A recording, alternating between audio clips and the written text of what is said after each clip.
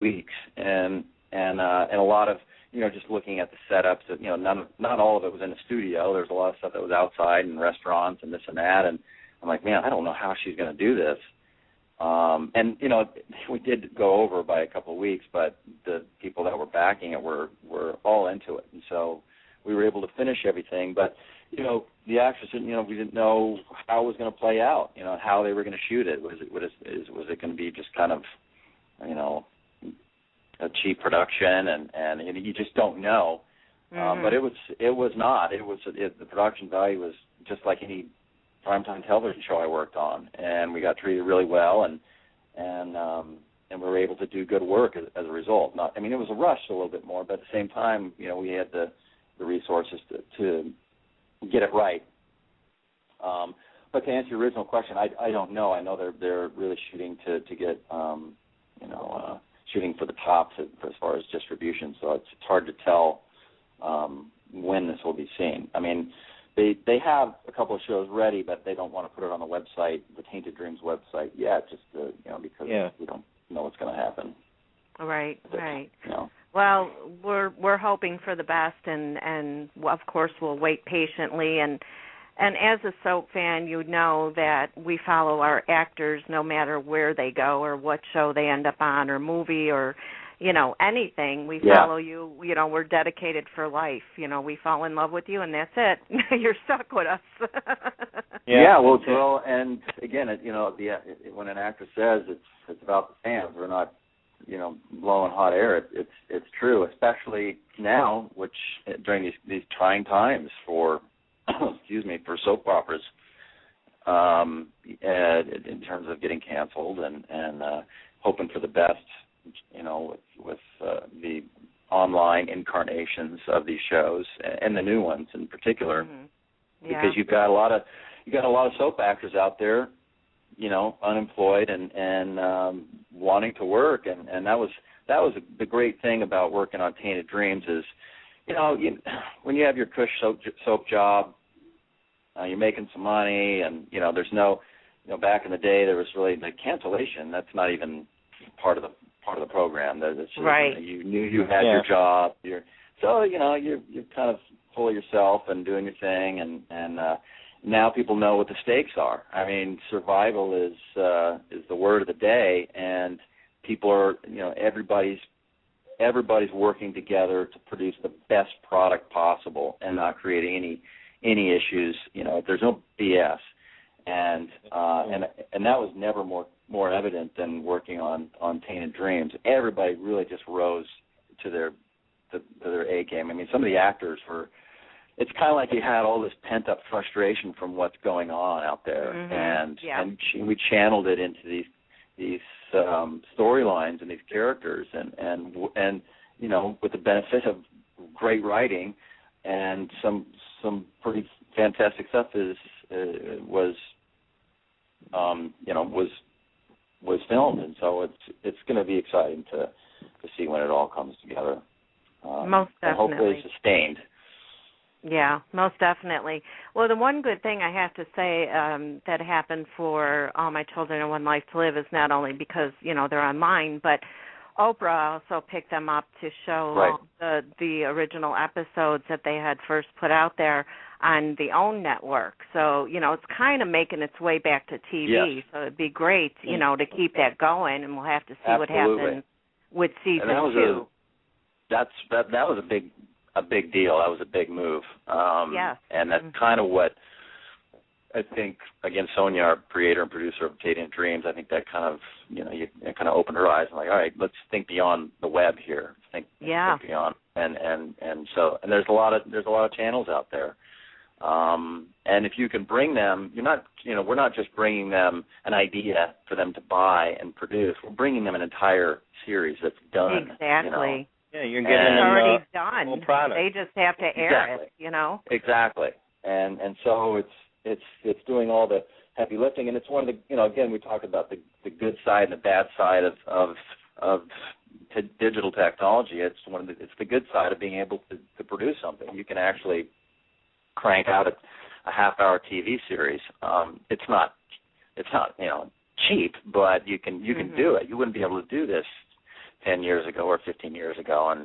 And so, again, if your product is good, then I think that might be it's kind of like there's like a digital Darwinism, if you will, that you can create a lot of product, you can create a lot of crap, but the stuff that people are going to want to pay for, it forces people to do good work, right. And create a good product. There's a lot of songs out there. There's a lot of web series out there.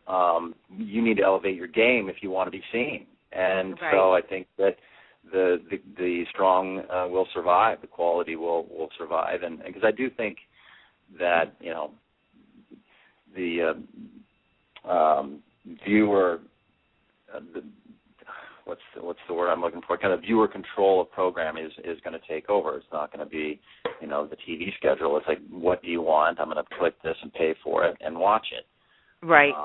It's just struggling to figure out how people get paid. And I think both in the music business and television, movies, they're sorting that stuff out. And it's hard because we need to get paid. We need to make a living.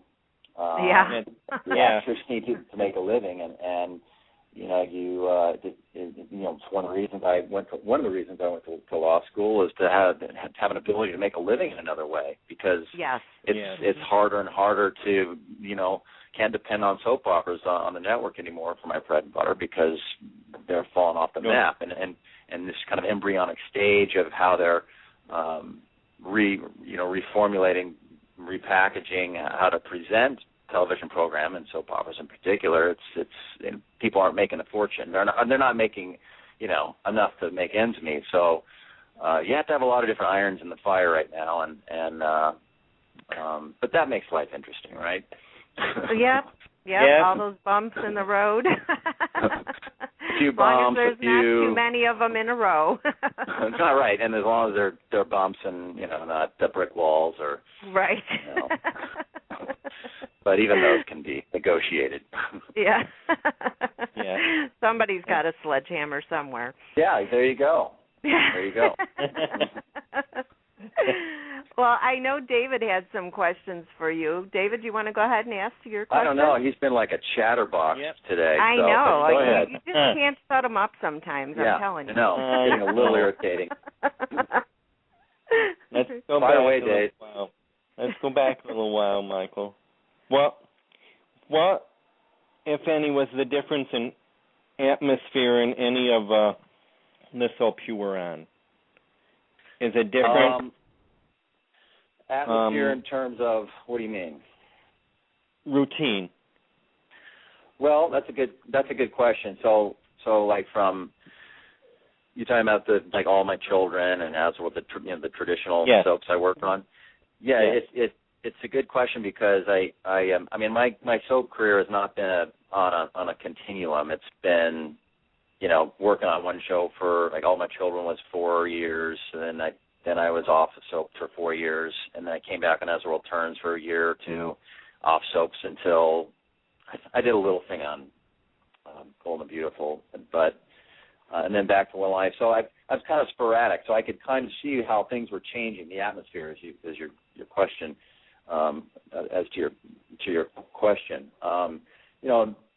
In the 90s and All My Children, we could take our time, and again, there was more money and more time. And production was, I kind of equate it to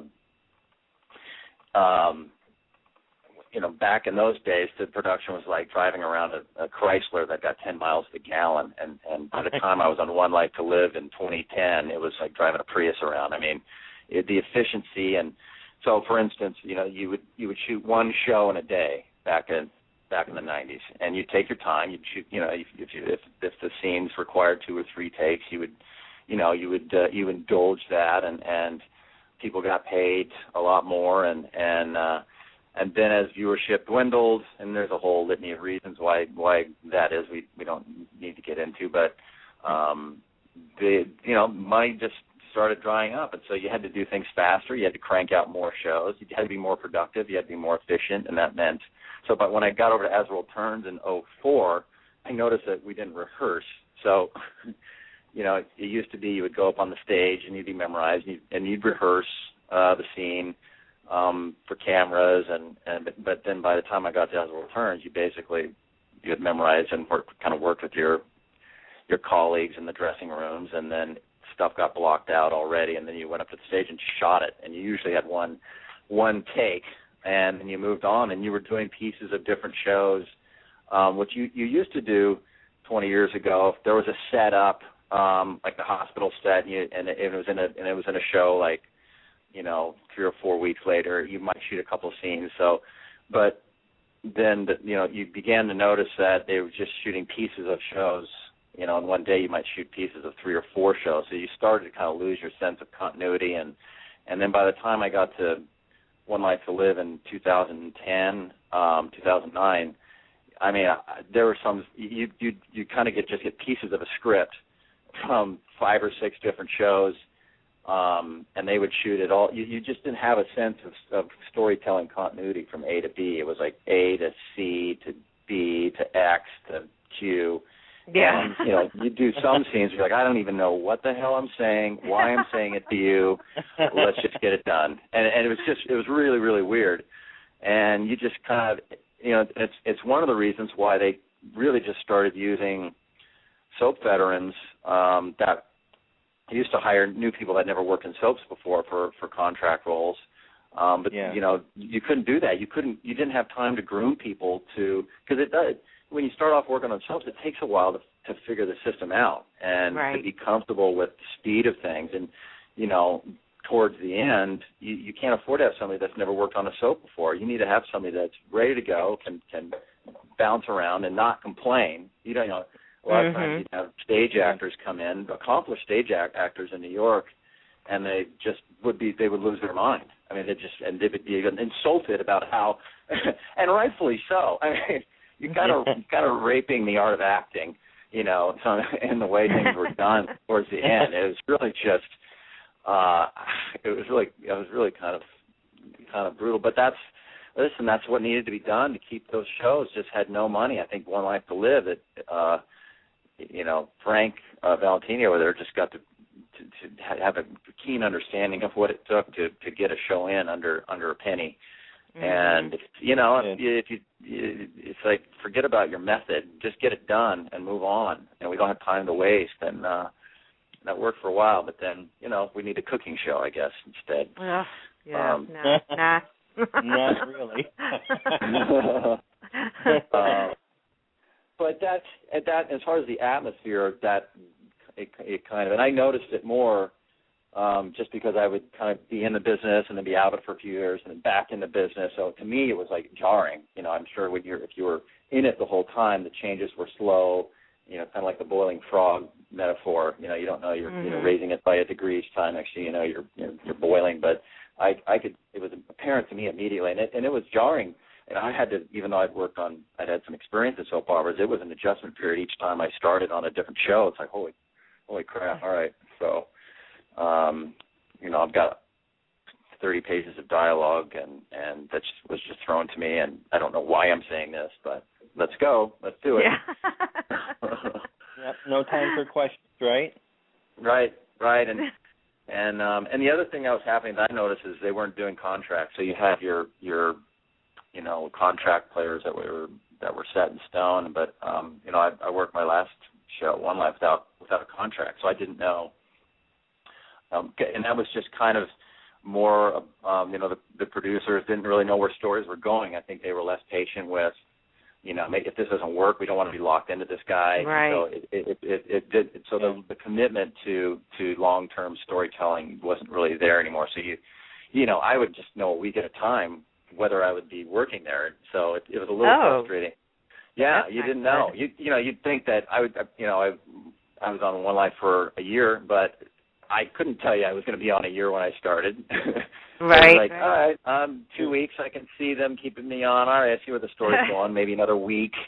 But they were, and they wouldn't tell you, And so you just kind of like, all right, just happy to work, But so that was, and that's tough on their end because like I ended up going to law school, and so I kind of had to stop my story as it started cooking up again. On on One Life, and